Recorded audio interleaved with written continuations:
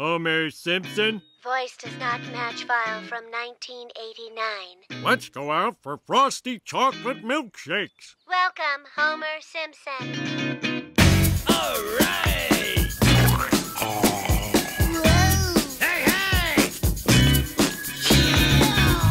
Even though the Simpsons never age or rarely wear different outfits, the characters have gone through a lot of changes over the years, and we're talking about a lot more than just cleaned up animation or the 2009 conversion to HD. Season 1 feels so long ago, and many characters have changed over the years as writers dove deep into their personalities, developed them more on the screen, and in some cases, they stripped them down into a shell of their former selves. See how one character changed races, how another completely changed personas, and how one threw their life in the gutter. Take a deep cleansing breath.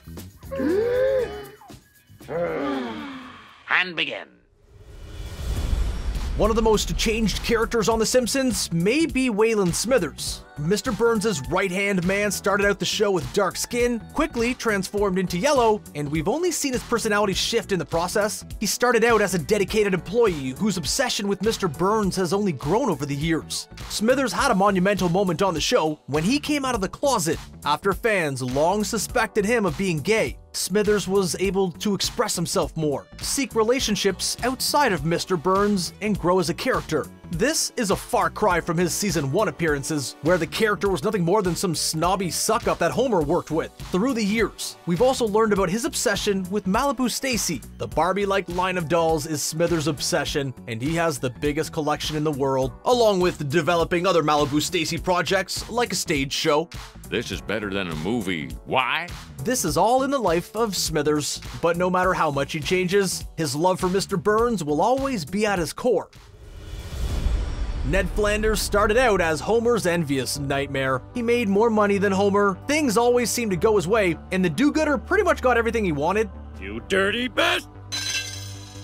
Well, Ned's life has definitely changed over time. He's always been a church-loving man, but over the years, the character has become a one-note shell of his former self so much that TV Tropes made a whole category known as Flanderization. This is when a certain character trait becomes the biggest trait for the character, and they pretty much become a parody of what they once were. For Ned Flanders, the trait was focused on his obsession with religion. As the seasons went on, Flanders' obsession with God only grew, as he spouted good moral tales to the residents of Springfield and became so deeply involved with religion that Reverend Lovejoy even became annoyed with him. Bad dog, look at that, right on Ned's lawn. Now how could you do such a thing? Good boy, don't stop now. Bad dog, I condemn you to hell. When Maude Flanders passed away, Ned became a little more bitter and put himself out there to find love with other characters like Edna Krabappel. The Flanderization lasted for so long, the phrase is now a thing and can be seen in many shows like Sheldon on Big Bang Theory or Eric from Boy Meets World. Ralph Wiggum started out as a simple student at Springfield Elementary School who slowly transformed into one of the dumbest characters on the show. That's where I saw the leprechaun. Right, a leprechaun. He told me to burn things.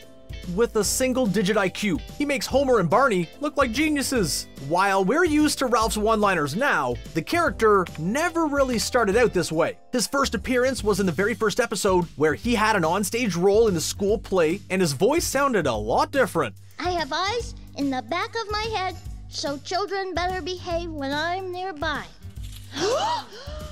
Well, as Ralph got used more, so did his transformation as a character. He pees his pants on multiple occasions, has no judgment, and blindly trusts anything that anyone tells him to. The character mainly became a prop for jokes, one-liners, and small gags. His random comedy and situations have made him a fan favorite over the years, but we do have to question what exactly is going on in the Wiggum home. Not only has Ralph changed for the worse over the years, but so has another one of his family members that we'll get into a little bit later on in the video.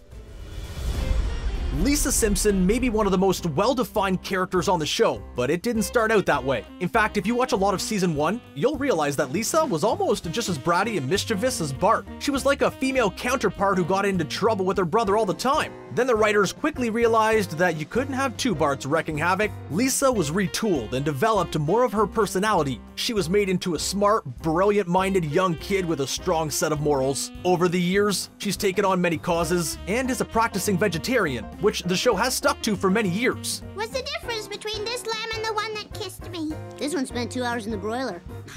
After going to a Christian church with her family, one of Lisa's biggest changes was when she converted to Buddhism. In the season 13 episode, She of Little Faith, we follow Lisa's journey to Buddhism, and she still remains a Buddhist to this day. Even though she doesn't age, her intelligence only seems to grow, as does her musical prowess and political knowledge.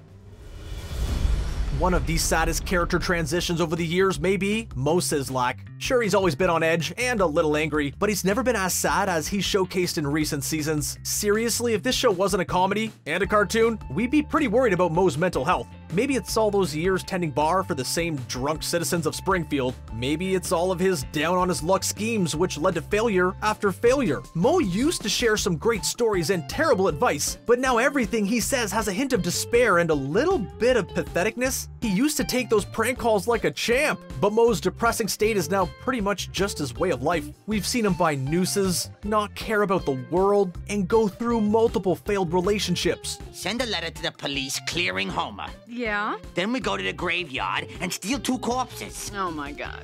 Moe is pretty much destined to live the rest of his life behind the bar, and maybe that's just the most depressing thing of all.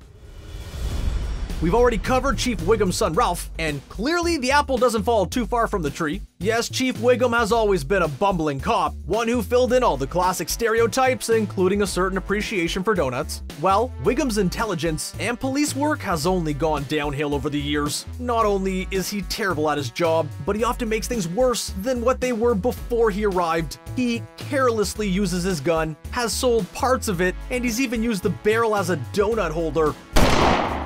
Whoa, that was close. With the zaniness of the show, we won't question why he's still an active member of the police force. Back in the earlier seasons, he would actually help out characters, but just like Ralph, has become a mumbling fool used for jokes rather than being a well-rounded character. It's only fitting that a future episode of The Simpsons showcased his passing in the form of choking on a sub sandwich. How much has Seymour Skinner changed? Well, he's not even the actual Seymour Skinner.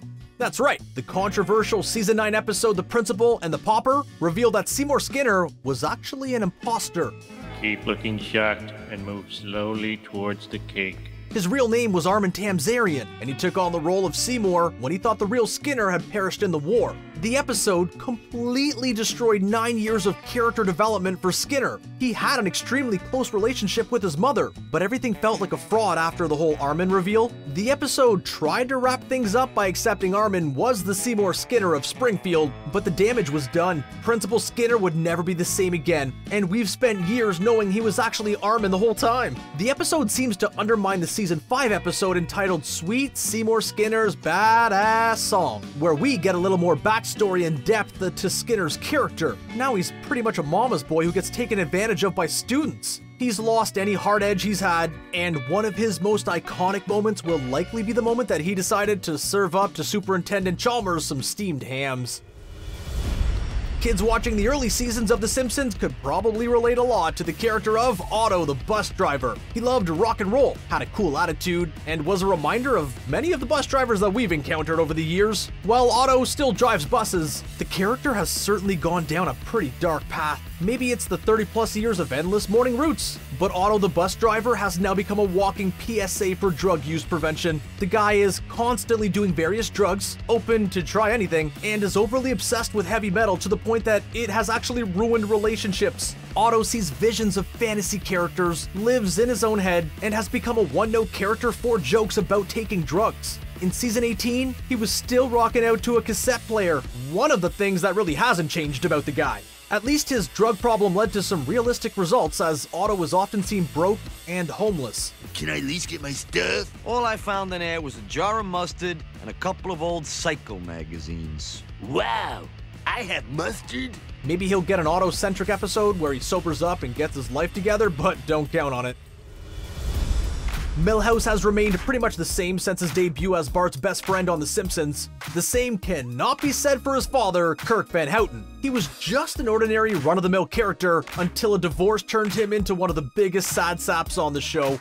I sleep in a racing car. Do you? I sleep in a big bed with my wife.